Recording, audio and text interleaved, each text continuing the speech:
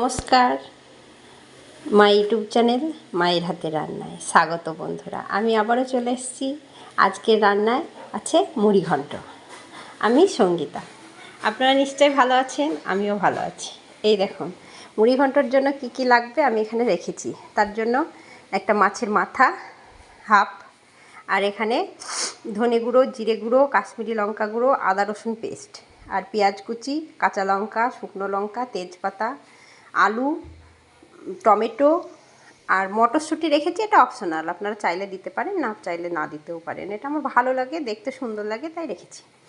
আর চালটা আমি ধুয়ে এই ছাঁকনিতে জল ঝরিয়ে শুকনো করে নিয়েছি। আর নুন, তেল, হলুদ। চলো রান্নায় যাই।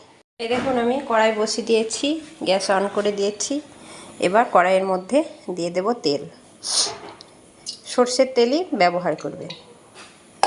আর ছোটোখাটো যেসব উপকরণ আমি দেখাতে পারিনি সেগুলো আমার রান্নার শেষ অবধি দেখুন, দেখতে পাবেন। মূল উপকরণটাই আমি বলেছি। এবার তেলটা গরম হোক, তারপর আমি মাছের মাথাটা ভেজে নেব। এই দেখুন, আমি মাথাটা ভেজে নিয়েছি, এবার তুলে নেব। এবার এই তেলের মধ্যেই আমি আলুটা ভেজে নেব। আপনারা কে কোথায় থেকে আমার ভিডিও দেখছেন অবশ্যই আমাকে কমেন্ট করে জানাবেন। আর আপনারা লাইক, কমেন্ট, শেয়ার করবেন এবং পরবর্তীতে কী রান্না দেখতে চান অবশ্যই আমাকে জানাবেন। এবার আলুটাকে লাল লাল করে ভেজে তুলে নিই। এই যে আলু লাল লাল করে আলু ভেজে তুলে নিয়েছি, সামান্য নুন হলুদ দিয়ে এবার এই তেলের মধ্যে আমি ফোড়ন দেব। এই যে তার জন্য আমি দিয়ে দিলাম তেজপাতা, শুকনো লঙ্কা, আর দিলাম গোটা জিরে, আর দিয়ে দিলাম 1 চামচ চিনি, আর কোচানো পেঁয়াজটা দিয়ে দিলাম। খুব ভালো করে ভেজে নিই, তারপর ফিরে আসি। এই দেখুন, আমার পেঁয়াজ ভাজা হয়ে গেছে। এরকম লাল লাল করে পেঁয়াজটা ভেজে নিয়েছি। এবার দেব এই যে গোবিন্দভোগ চালটা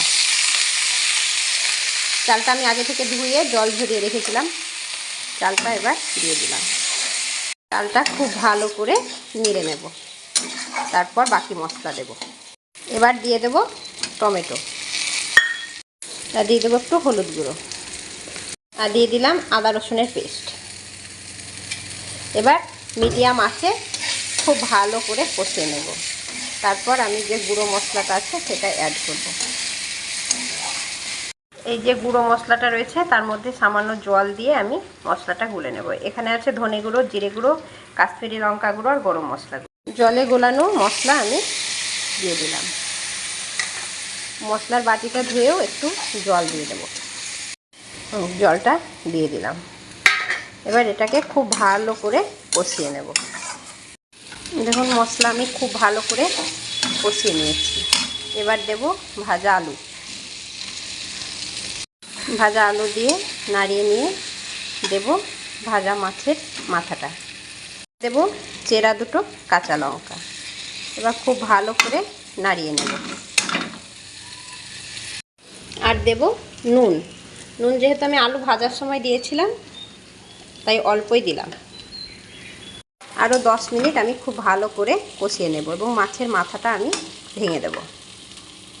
কষানো হয়ে গেছে, এবার দিলাম মটরশুঁটিটা, আর দেব জল।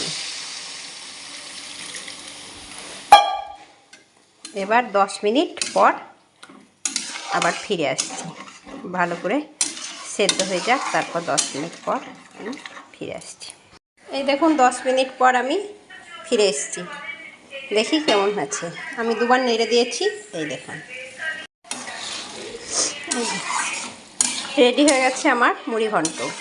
আর দেব নামানোর আগে 1 চামচ ঘি দিয়ে দিলাম।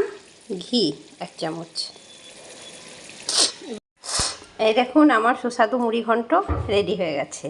আপনারাও এরকম সুন্দর মুড়ি ঘন্ট বানিয়ে খান, খুব ভালো লাগবে। আর খেয়ে অবশ্যই আমাকে জানাবেন যে আপনারাও এরকম মুড়ি ঘন্ট বানিয়ে খেয়েছেন। তাহলে এখন আসি বন্ধুরা, টাটা।